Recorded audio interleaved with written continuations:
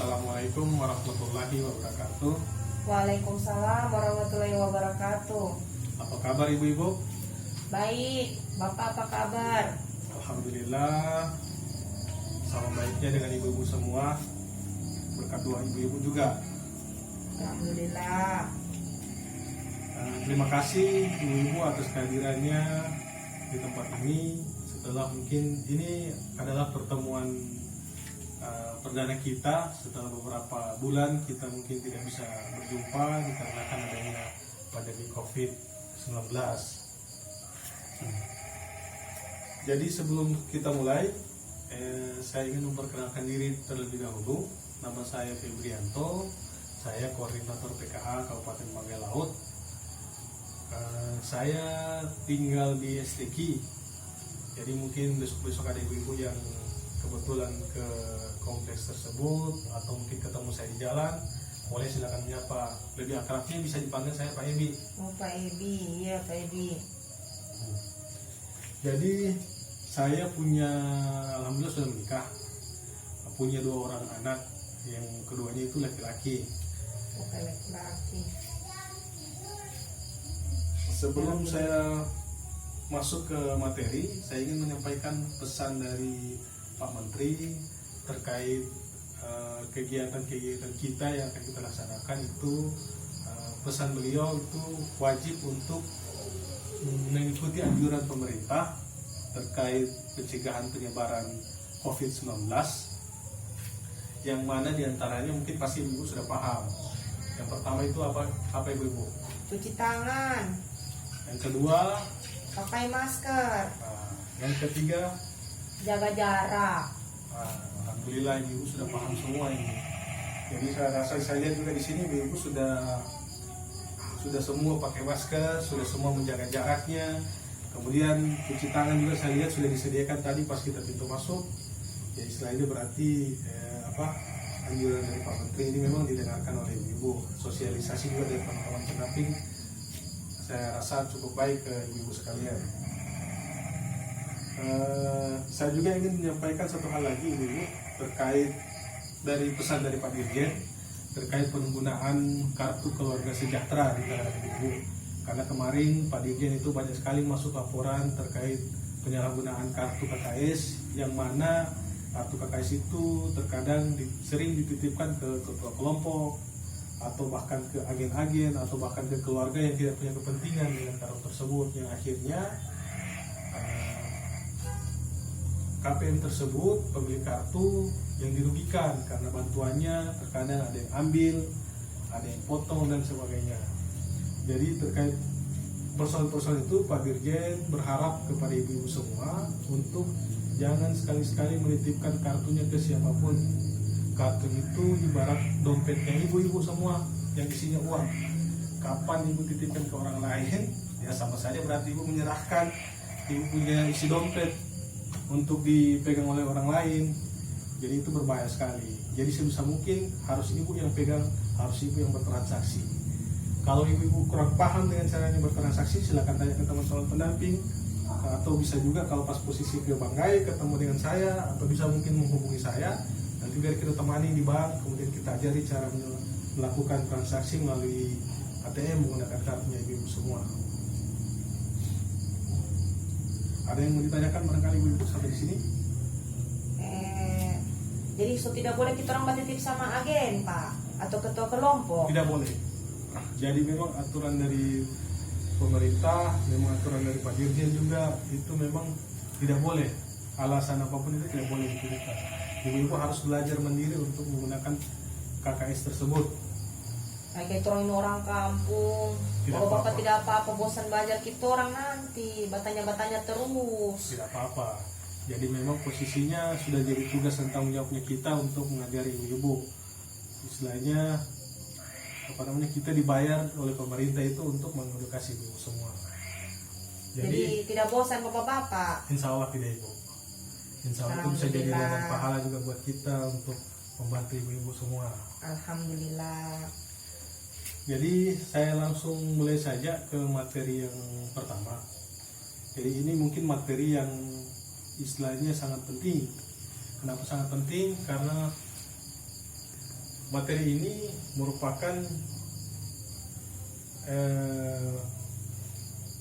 materi yang akan sering kita hadapi sehari-hari, yaitu tentang pengasuhan dan pendidikan anak.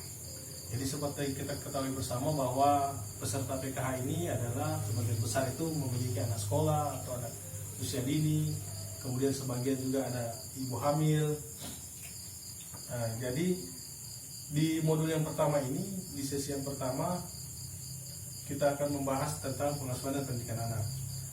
Ada 4 sesi dalam modul pengasuhan dan pendidikan anak.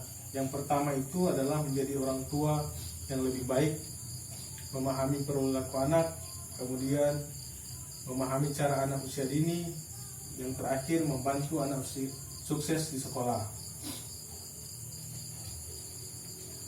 Nanti sebentar kita akan coba bermain, kemudian menonton beberapa video, kemudian kita coba untuk mempraktikannya baik di tempat ini maupun nanti pada saat kembali ke rumah. Saya ingin mengajukan pertanyaan kepada Ibu. Kira-kira kenapa kita harus menjadi orang tua yang lebih baik? Supaya kita orang juga punya anak yang baik. Ya, bagus Ibu. Jadi salah satunya itu otomatis setiap orang tua itu pasti punya keinginan, punya cita-cita untuk anaknya itu kehidupannya jauh lebih baik dari orang tuanya. Jadi, tapi itu tidak bisa kita cuma sekedar berharap, memang itu harus kita upayakan Ibu semua. Kita akan belajar bersama-sama Ibu bagaimana untuk bisa menjadi orang yang lebih baik, karena orang tua yang lebih baik akan membesarkan anak-anak yang hebat Ibu. Dan anak-anak yang hebat itu adalah masa depan bangsa juga kita ini, bangsa dan negara kita. Sesi yang pertama ini kita akan masuk di sikap dan perilaku orang tua, di mana orang tua itu adalah contoh bagi anak-anak. Jadi di sini saya minta ibu-ibu untuk membuat 3 kelompok yang terdiri, ini kan, maksud saya membuat kelompok yang terdiri dari 3 orang. Kemudian di antara kelompok itu ibu-ibu coba berdiskusi, menanyakan ke temannya satu kelompok, kira-kira apa hal-hal yang membahagiakan dan yang paling menyulitkan ketika mereka mengasuh anak. Silahkan ibu-ibu dibuat kumpul 3 orang untuk kelompok, kemudian diskusikan perihal tersebut. Oke, sudah diskusinya sudah selesai. Silakan Ibu. Barangkali bisa disampaikan kira-kira apa yang jadi bahan diskusinya Ibu-ibu dengan teman tadi setelah menanyakan apa kira-kira hal-hal bahagia dan hal-hal yang paling menyulitkan yang Ibu alami selama menjadi orang tua. Berapa banyak Pak? Satu saja atau? Terserah, boleh banyak-banyaknya. Yang pertama, ketika anak-anak itu bikin bahagia itu ketika dorang bertingkah lucu, dorang badengar kalau dikasih tahu, dengan dorang bantu-bantu di rumah, itu bikin bahagia Pak. Selain itu, kalau hal-hal yang Ibu rasakan kira-kira yang menyulitkan Ibu dalam pengasuhan anak seperti apa? Kayak biasa kan kita orang ini kalau so bekerja kan kayak biasa so capek. Nah biasa kalau anak-anak bagau atau biasa orang bilang kelakuan begitu Pak. Biasa kita orang so stres, so peto-peto. Atau biasa kalau orang kasih tahu orang tidak mendengar. Ya begitu Pak. Baik, terima kasih Ibu atas pendapatnya. Jadi saya ingin memberikan kesimpulan. cara pertama untuk menjadi orang tua yang lebih baik adalah dengan mengingat hal membahagiakan yang dirasakan sebagai orang tua, karena ini dapat memperkuat kasih sayang orang tua kepada anaknya. Selain itu, dengan berbagi dan berdiskusi mengenai masalah dan tantangan dalam mengasuh anak, sehingga bisa lebih ringan dalam menghadapi masalah yang ada. Artinya, ibu-ibu ketika ada persoalan di rumah, ada mungkin capek setelah bekerja seharian, bisa coba diskusi dengan bapaknya untuk secara bergantian dalam mengasuh anak-anaknya di rumah.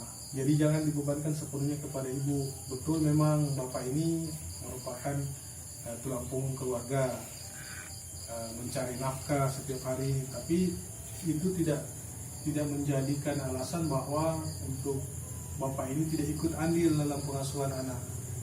Jadi istilahnya ibu dan bapak ini punya posisi yang sama dalam pengasuhan anak, namun memang perannya berbeda antara ibu dengan bapak. Jadi ketika ibu di rumah, nanti mungkin pada saat pulang ke rumah, kemudian ada hal-hal mungkin yang karena ibu capek, terus kemudian yang membuat kadang karena capek itu ibu sering marah ke anak. Itu salah satu cara yang bisa kita pakai itu adalah dengan mengingat hal-hal baik kira-kira yang dilakukan oleh anak kita, atau hal-hal yang lucu lah, hal-hal yang membahagiakan dari anak kita. Nanti coba-coba ibu praktekkan di rumah. Begitu juga ke bapaknya, nanti tidak disampaikan. Kalau ketika bapaknya mungkin marah ke anaknya, nanti coba langsung diingatkan, ditegur baik-baik ke bapaknya, bilang, "Pak, coba jangan marah-marah, kasihan anaknya kita. Coba ingat, kalau bapak mungkin lagi marah dengan mereka, coba ingat hal-hal yang dulu." Kayak saya takut, Pak, saya takut nanti dimarah. Tidak perlu takut ibu, karena istilahnya kalau kita tidak berkomunikasi dengan suami kita, atau istri kita itu nanti istilahnya nanti akan ada persoalan. Jadi memang harus dibangun komunikasi dengan suami, dengan istri, bahkan dengan anak itu kita harus komunikasi. Kita tanyakan terus ke mereka, jangan misalnya pasif. Nanti yang lama kalau disimpan terus, akhirnya nanti bisa jadi meledak orang bilang. Jadi kita orang harus bercerita begitu, Pak? Iya, harus cerita. Jadi upayakan membagi waktu dengan bapak untuk bagaimana mengasuh anak ini, mendidik anak. Jadi kedua-duanya harus punya peran yang sama. Kayak biasa kalau orang kasih tau begitu, orang juga bilang capek, harus bekerja. Sudah begitu ibu, istilahnya begini, kalau kita mungkin mengingat hal-hal baik, hal-hal yang membahagiakan untuk anak kita, insya Allah ibu, itu capek, kemudian stres itu bisa hilang. Ya, kalau orang suami badengar, kalau kita orang suami juga tidak badengar. Ya, nanti disampaikan, mungkin sebenarnya bukan tidak mendengar suaminya, tapi mungkin cara penyampaiannya saja yang belum pas. Nanti cobalah dicarikan cara yang bagaimana sebaik mungkin, sehalus mungkin. Entah mungkin pas suami datang itu jangan dulu langsung disampaikan persoalan-persoalan di rumah, tapi dikasih buatkan teh dulu, kemudian mungkin dipijat dulu pundaknya. Setelah begitu bu, romantis begitu Pak. Ya begitu, mirip film sinetron yang biasa ibu nonton kan. Sinetron aja. Sinetron romantis. Nah, jadi berikutnya ini kita akan masuk ke topik diskusi selanjutnya, itu adalah memahami pentingnya menyamakan perkataan dan perbuatan sebagai orang tua. Boleh mungkin ibu-ibu berdiri. Kita terus berdiri Pak, semua. Ya, kita akan coba bermain untuk permainan berbalik. Jadi ini permainan kita yang seperti waktu kita masih kecil, permainan waktu kita masih anak-anak. Jadi permainannya itu kepala, pundak, lutut, kaki. Masih ingat? Masih. Oke, sekarang kita ibu berbaris, nanti kita coba bermain. Ini semua ikuti arahan saya. Iya Jadi, Pak. kepala, Ke pundak, lutut, kaki, lutut, kaki. Kepala, pundak, lutut, kaki, lutut, kaki. Daun, telinga, mata, hidung, pipi, kepala, pundak, lutut, kaki. lutut, kaki. Oke, kita mulai satu kali lagi, tapi ini iramanya akan kita percepat. Sudah siap ibu-ibu? Siap. Nah, Pelan-pelan. oke, Ya Pak, tunggu dulu Pak. Ya, terus siap ya, boleh, boleh. sudah siap? Siap, siap. Sekarang kepala, Kepala. Oh, kepala. Oh, salah. Itu lutut Boleh, Pak, boleh, itu boleh. lutut. jadi nanti ini kita akan bermain. Saya ulangi dulu. Kepala, Kepala, pundak, lutut, kaki, lutut, kaki. Kepala, pundak, lutut, kaki, lutut, kaki. Terbalik Pak. Telinga, mata, Mata, hidung dan Kenapa pipi. hidung pipi? Nah, itu kan ibu banyak yang salah kan. Jadi memang itu ibu. Jadi saya jelaskan kenapa ibu-ibu ketika saya bilang kepala, tapi saya posisinya menunduk ke lutut, ibu-ibu semua mengikuti ke lutut. Karena Bapak punya tangan di lutut, jadi kita orang ikut. Nah, jadi itulah pesan dari permainan ini. Itu kenapa tadi judulnya itu adalah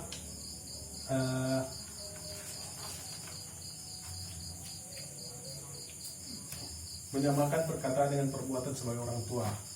Jadi istilahnya begini ibu, anak-anak ini lebih mudah untuk mengikuti, mencontohi perbuatan orang tuanya dibandingkan mendengarkan ucapannya atau perintahnya.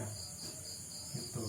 Jadi kayak tadi kita bermain, ketika kita seirama itu masih ikut semua, tapi pada saat gerakannya saya itu sudah tidak seirama dengan lagunya, ibu-ibu mengikuti gerakan saya, yang mana saya bilang kepala tapi saya pegang lutut, ibu-ibu semua pada tunduk untuk pegang lututnya.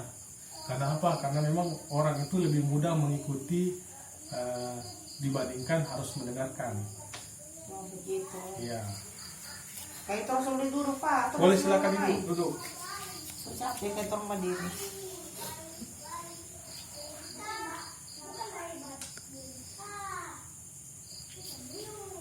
Sekarang ini setelah bermain kita akan coba melakukan diskusi. Jadi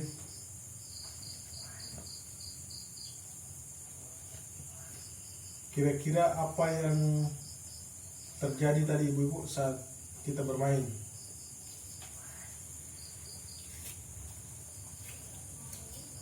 Maksudnya Pak? Nah, waktu kita tadi bermain kepala pundak lutut kaki, apa yang ibu-ibu rasakan? Apa yang terjadi ibu-ibu pada saat tadi bermain? Salah-salah. Nah, itu yang pertama.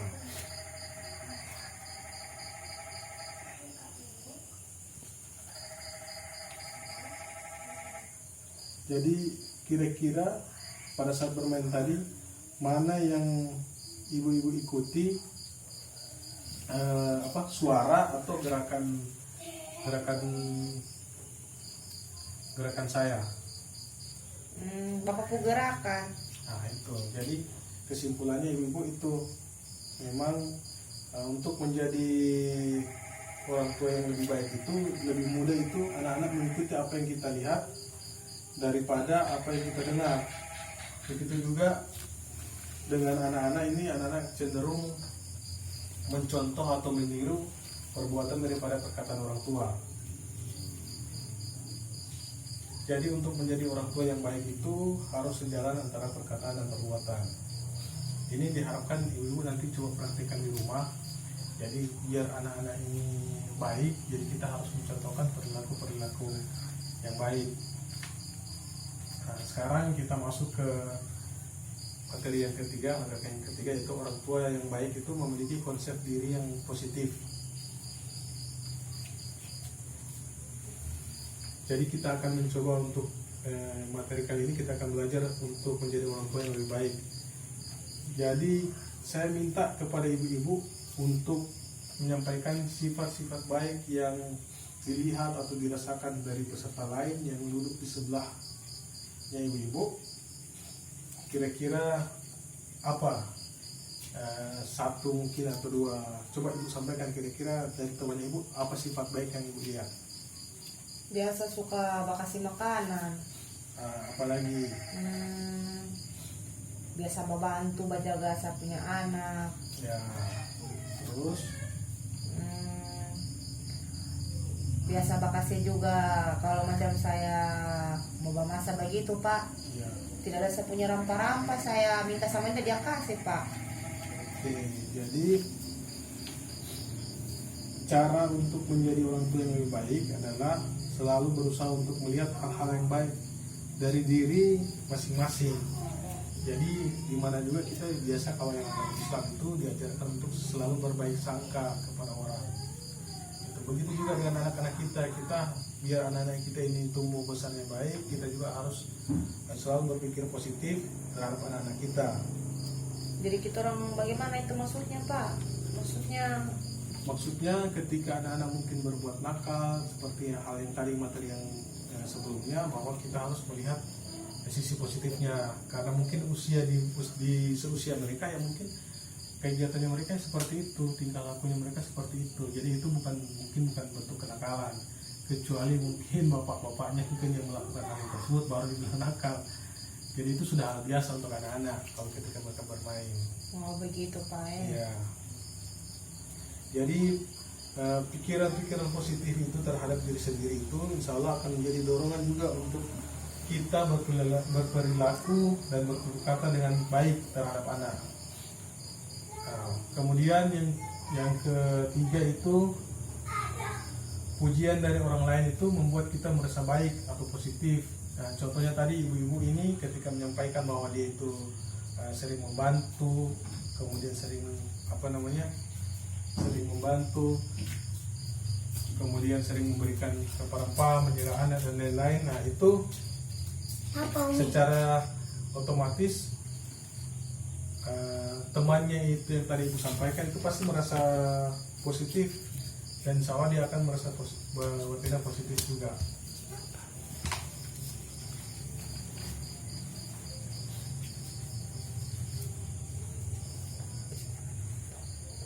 Jadi nanti kita coba untuk belajar di rumah selalu berpikir positif, oke?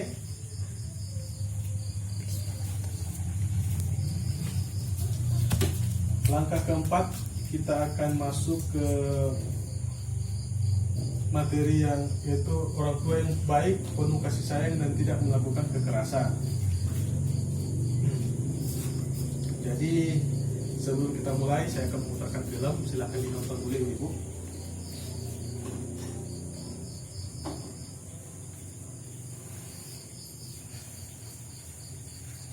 Jadi di film tersebut diceritakan bahwa Agus ini dimarahi oleh ibunya. Kira-kira bagaimana perasaan anak-anak ibu ketika ibu marahi? Kayak orang tahu biasa dorong soba diam, dorong soba masuk dalam kamar, atau biasa juga dorong menangis, kayak orang soba marah. Jadi di cerita tadi memang karena permasalahan ekonomi keluarga tanpa sadar dan membuat orang tua itu terkadang bertindak kasar dan saling marah pada anak-anaknya, sehingga menjadi keluarga yang tidak bahagia. Orang tua juga perlu menyadari bahwa hal yang dilakukan sebagai orang tua akan mempengaruhi anaknya.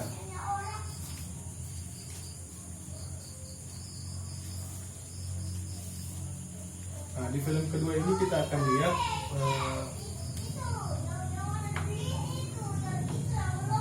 perubahan sikap dari Bu Lili itu, yang mana ketika dia menyampaikan menegur anaknya dengan baik, maka anak-anaknya ini secara otomatis, secara positif juga mendengarkan ibunya.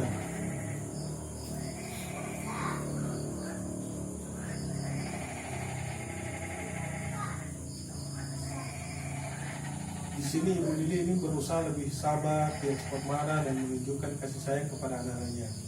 pada bagian akhir cerita terlihat bahwa perubahan sikap Ibu Lili tersebut berdampak baik bagi anak-anaknya. Agus dan Ita bersedia mengikuti ajakan Ibu Lili membersihkan air yang tumpah. Jadi jangan sampai ibu-ibu karena anak-anak ketika makan dia menumpahkan air terus kemudian kita langsung otomatis langsung marah-marah. Jadi coba kita tegur baik-baik, kemudian kita sampaikan untuk mereka membersihkan air tumpahan yang ada di meja. Ya insya Allah pasti mereka akan menuruti apa yang kita sampaikan dibandingkan kita harus marah-marah. Cara keempat untuk jadi saya kasih kesimpulan bahwa menjadi orang tua yang baik itu tidak ditentukan oleh berapa banyak jumlah uang atau harta yang kita miliki. Meskipun kehidupan ekonomi sulit, kita tetap bisa menjadi orang tua yang baik dengan cara belajar mengendalikan emosi. Cara keempat menjadi orang tua yang lebih baik adalah dengan selalu bersikap, berperilaku dan bertutur kata dengan penuh kasih sayang tanpa kekerasan. Nah, ini kita masuk ke langkah yang kelima, ibu-ibu. Ayah dan ibu bekerjasama sebagai tim. Jadi ini yang saya maksud tadi, melibatkan ayah dalam pengasuhan sehari-hari. Proses yang perlu kita lakukan yaitu jika di antara peserta ada orang tua tunggal, bukanlah masalah ibu-ibu, jadi tidak usah berkecil hati. Mereka tetap, istilahnya memang kita butuhkan peran seorang ayah atau seorang istri di rumah. Tapi ketika mungkin ibu-ibu di sini ada yang sendiri, jadi tetap kita bisa menjalankan tugas sebagai orang tua dengan baik. Nah, tentunya ada anggota keluarga lain yang mungkin bisa membantu untuk mengasuh anak sehari-hari, misalnya kakek, nenek, paman atau bibinya, kemudian mungkin keponakannya, sepupu-sepupunya. Jadi siapapun itu bisa membantu orang tua tunggal dalam mengasuh anak. Anak perlu memiliki pengetahuan yang sama mengenai pengasuhan anak, sebagaimana yang didapatkan dalam sesi ini. Jadi ini kita harapkan untuk bapak-bapaknya sebenarnya untuk bisa hadir, biar bisa kita minta pendapatnya. Tapi berhubung cuma ibu-ibu yang datang, ya tidak masalah. Kata dia bilang pas putra ajak ke suami. Tidak apa-apa, nanti kalau lain kali insya Allah kita coba sama-sama dengan bapak-bapaknya toh. Ya tapi kayak sekarang biasa juga suami kalau mau ikut, tidak mau ikut. Apa ini ibu nanti tinggal ibu yang sampaikan ke. Kayak kalau kita orang yang bilang nanti orang tidak percaya. Jadi ini memang ada beberapa pertanyaan yang harus kira-kira ibu-ibu ketika suami ibu ini bersama dengan anak-anaknya, kira-kira apa yang dirasakan oleh bapak-bapak ketika dia berada dengan anak-anaknya. Ya biasa pak. Biasa bagaimana? Kita orang juga tidak tahu. Biasa begitu saja pak. Jadi istilahnya di rumah ini peran ayah itu tetap bisa memanfaatkan waktu makan bersama untuk menunjukkan perhatian kepada anak, membantu anak berusia balita untuk makan, bertanya dan mendengarkan cerita dari anak, membacakan cerita sebelum tidur, bercerita kepada anak tentang berbagai hal, atau membantu anak menyelesaikan tugas dari sekolah. Jadi itu yang hal-hal yang bisa dilakukan oleh ayah di rumah untuk membantu ibu. Nah, sebaik apapun seorang ibu dalam mengasuh anak, kehadiran ayah akan memberikan dampak tersendiri. Keterlibatan ayah dalam pengurusan sehari-hari secara khusus akan membantu anak meningkatkan kemampuan sosial dan prestasi akademik di sekolah. Sedangkan ibu memberikan dampak secara khusus dalam perkembangan kemampuan emosional anak. Nah, cara kelima yang menjadi orang terbaik adalah dengan saling bekerja sama ayah dan ibu, saling membantu dalam mengasuh anak. Nanti kita coba praktikkan lagi ibu di rumah. Ini kita masuk ke materi langkah yang ke-6, yaitu membuat keputusan bersama dan melaksanakan dengan konsisten. Jadi terkadang ibu-ibu di rumah itu ada keinginan-keinginan yang kita kadang tidak sejalan antara suami dengan istri. Kira-kira ibu pernah berdiskusi dengan bapak untuk memutuskan hal-hal terkait pengasuhan anak? Jarang pak, Tidak pernah. bukan tidak pernah juga, kayak jarang begitu. Biasanya sih apa yang diputuskan bersama-sama dengan pasangan? Kayak apa? Yang paling mau sekolah di mana? Oh begitu. Iya, mau sekolah di mana? Atau apa ya? Baik, terima kasih atas apa yang Ibu sampaikan. Cara menjadi orang tua yang lebih baik itu adalah ayah dan ibu itu berdiskusi dan memutuskan bersama hal-hal yang terkait dengan pengasuhan anak. Dengan cara ini orang tua akan memikul beban yang sama dan merasa mendapat dukungan satu sama lain.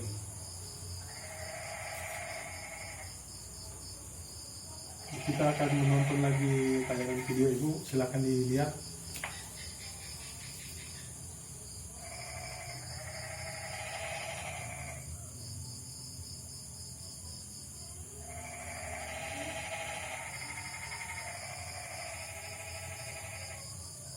Kira-kira Ibu, apa yang bisa dipelajari dari sikap Pak Rusli dan Ibu Lili dalam video tersebut?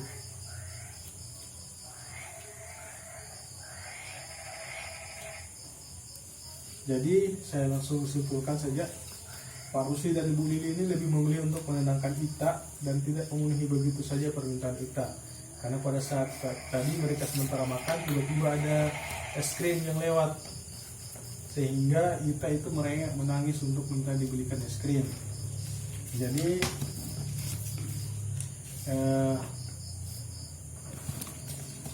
Pak Rusli dan Ibu Lili itu mereka menyampaikan kepada Ita bahwa mereka akan berdiskusi lebih dahulu untuk memutuskan kapan saatnya Ita boleh minum es. Jadi tidak boleh istilahnya setiap hari si Ita minum es. Jadi memang mereka akan memutuskan kira-kira kapan waktu yang pas untuk Ita minum es.